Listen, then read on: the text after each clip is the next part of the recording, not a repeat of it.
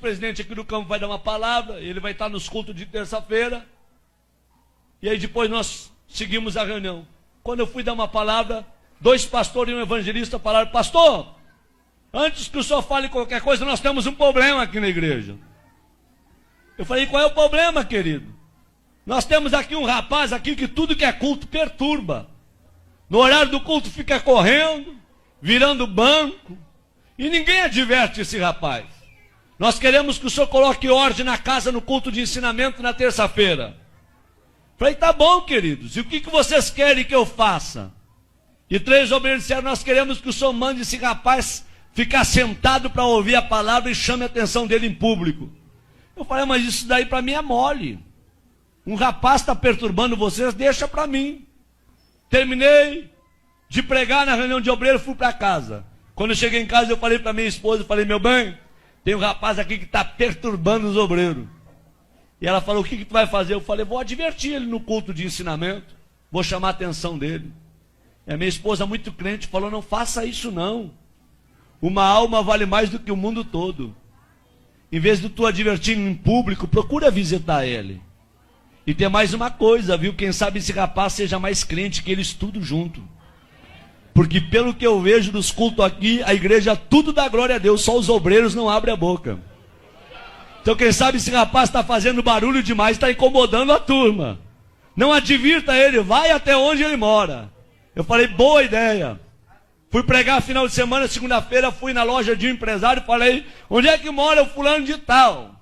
O empresário falou: pastor, mora na pior favela da cidade.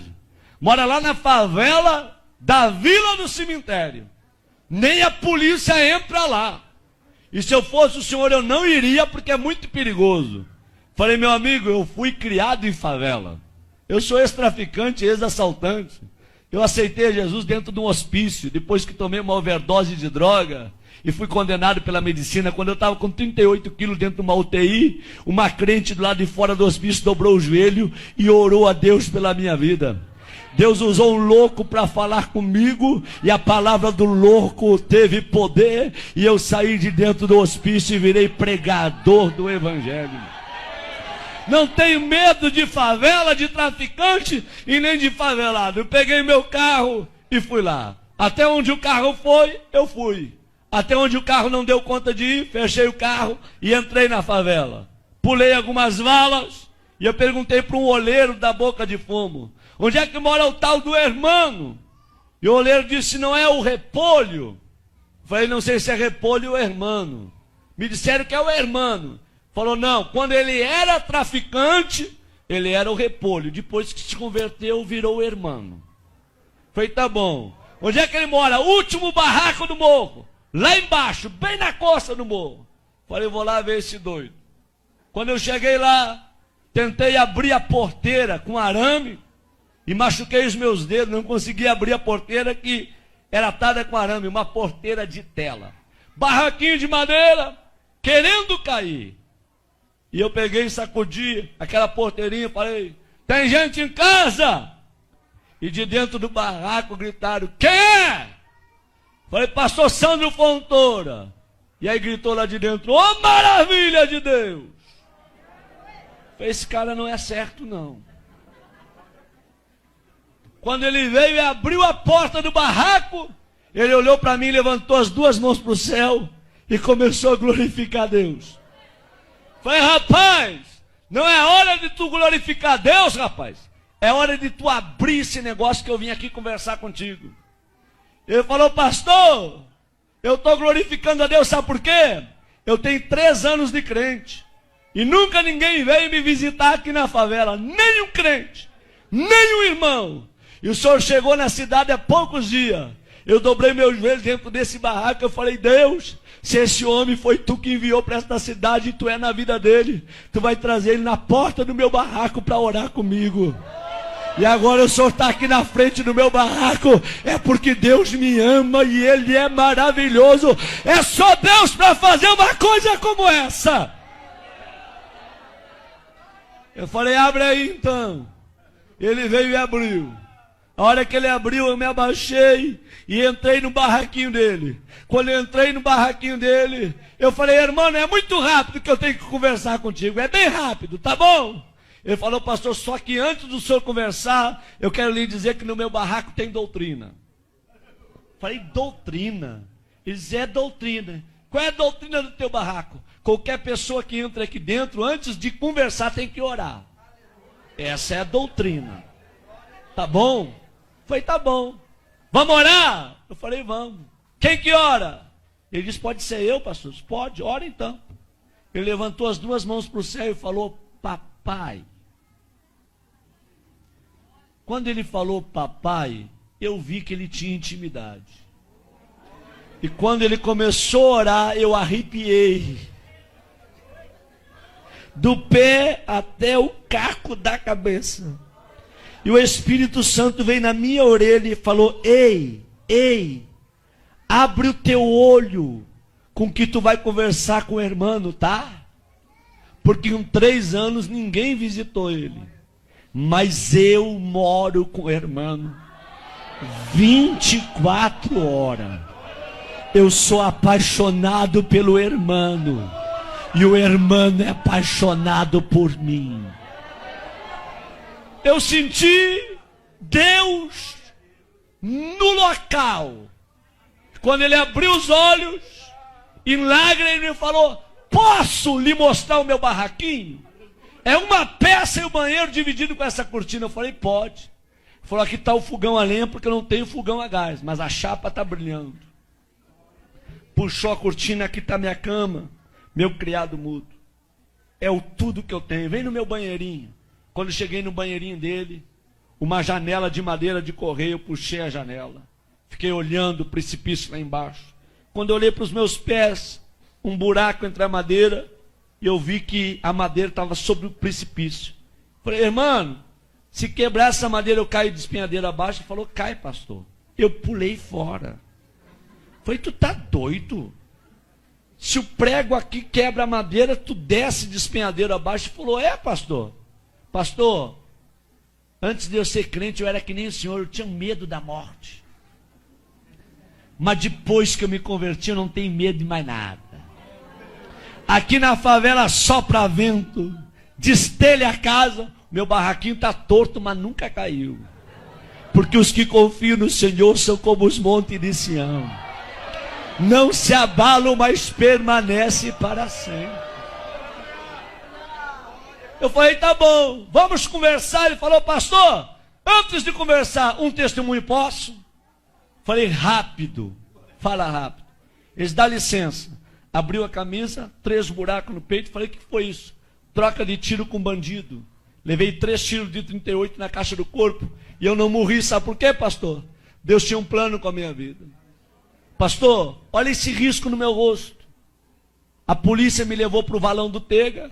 Deu rajada de metralhadora para acabar com a minha vida. Uma bala riscou meu rosto. E eu não morri, pastor, porque Deus tinha um plano com a minha vida. Pastor, está vendo esse buraco do outro lado, no braço?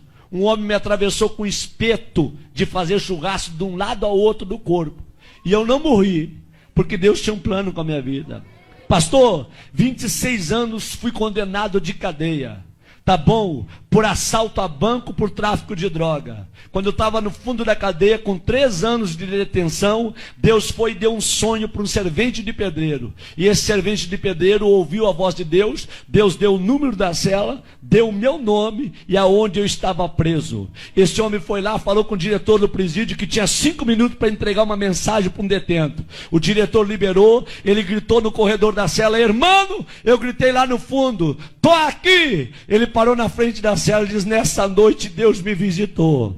Deus me deu o teu nome, o número da cela, e Deus mandou te dizer que tu não vai pagar 26 anos de cadeia, porque Deus está precisando de alguém lá dentro da igreja dele, só para dar glória a Deus e aleluia, porque o povo que está lá não quer mais abrir a boca para dar glória a Deus, e Deus vai te arrancar daqui só para tu perturbar lá, tá bom?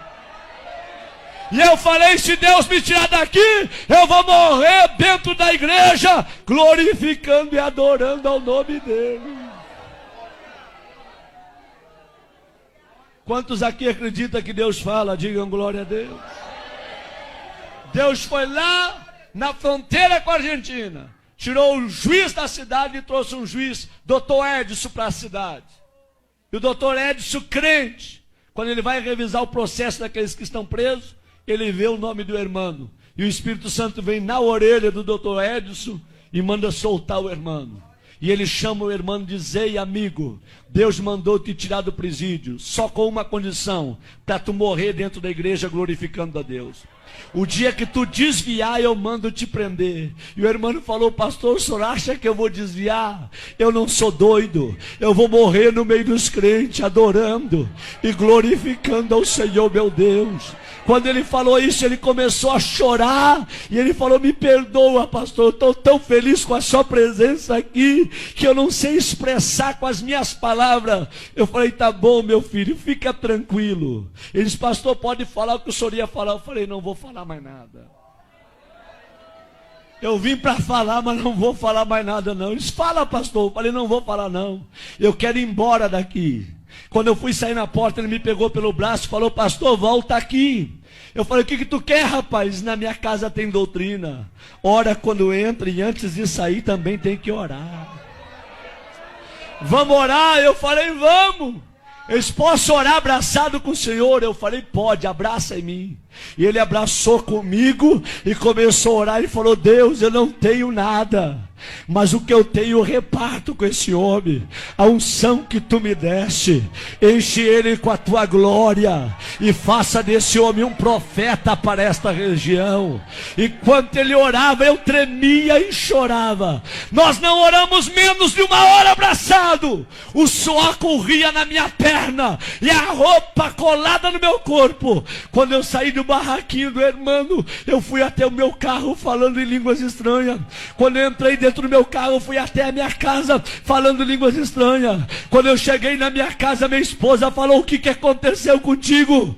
O teu rosto está brilhando. Eu disse: aperta a minha mão e me dá a paz do Senhor, porque hoje eu me converti. Hoje eu virei crente de verdade num barraco de um favelado. Deus gosta de usar gente pequena para confundir quem pensa quem é grande. Abre a tua boca nesta noite e manda a glória para cima. Quantos aqui vieram receber poder e unção do Espírito Santo nesta noite aqui, hein?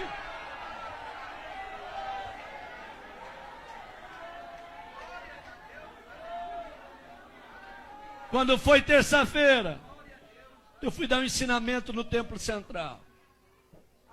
E conforme eu estou dando o ensinamento, eu olho para os obreiros tudo de perninha cruzada, lenço na rótula do joelho, sem abrir a boca para dar um glória a Deus. E eu olho para o irmão lá atrás, ele começou a bater a palminha dele.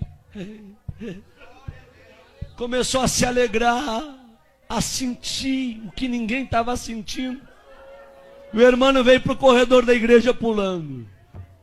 E eu olhei para trás e os 3 obreiros que mandaram chamar a atenção dele olharam para mim e com os olhos eles disseram tudo. Pega ele agora, manda sentar. Com os olhos eles falavam tudo. Eu fiquei numa guerra entre a igreja, os obreiros e o irmão. Eu falei: Deus, o que eu faço para salvar o irmão? Aí Deus me deu autoridade. Eu falei: irmãos, quem aqui conhece a história desse rapaz que está aí no corredor? Levante a mão. Ninguém levantou a mão. Quem já foi visitar ele, aonde ele mora? Ninguém levantou a mão. Eu falei: em 15 minutos eu vou falar a história desse rapaz para vocês. Quando eu terminei de falar a história do irmão, a igreja tacou para chorar. E eu falei: traz o irmão aqui no púlpito comigo. E os obreiros desçam do altar todos agora. E o irmão abraçou comigo no altar. Eu falei: a partir de hoje a história desta igreja muda. Vai ser um doido atrás desse púlpito e outro doido no meio de vocês. Mas a partir de hoje eu quero crentes cheios da glória de Deus, homens cheios do Espírito Santo, que sejam apaixonados por Deus. Deus não te julga pelo que tu tem, Deus te julga pelo que tu é. Tu pode morar num barraco, cair nos pedaços, mas se Jesus mora lá juntamente contigo, você tem valor. Abre a tua boca e manda a glória para cima.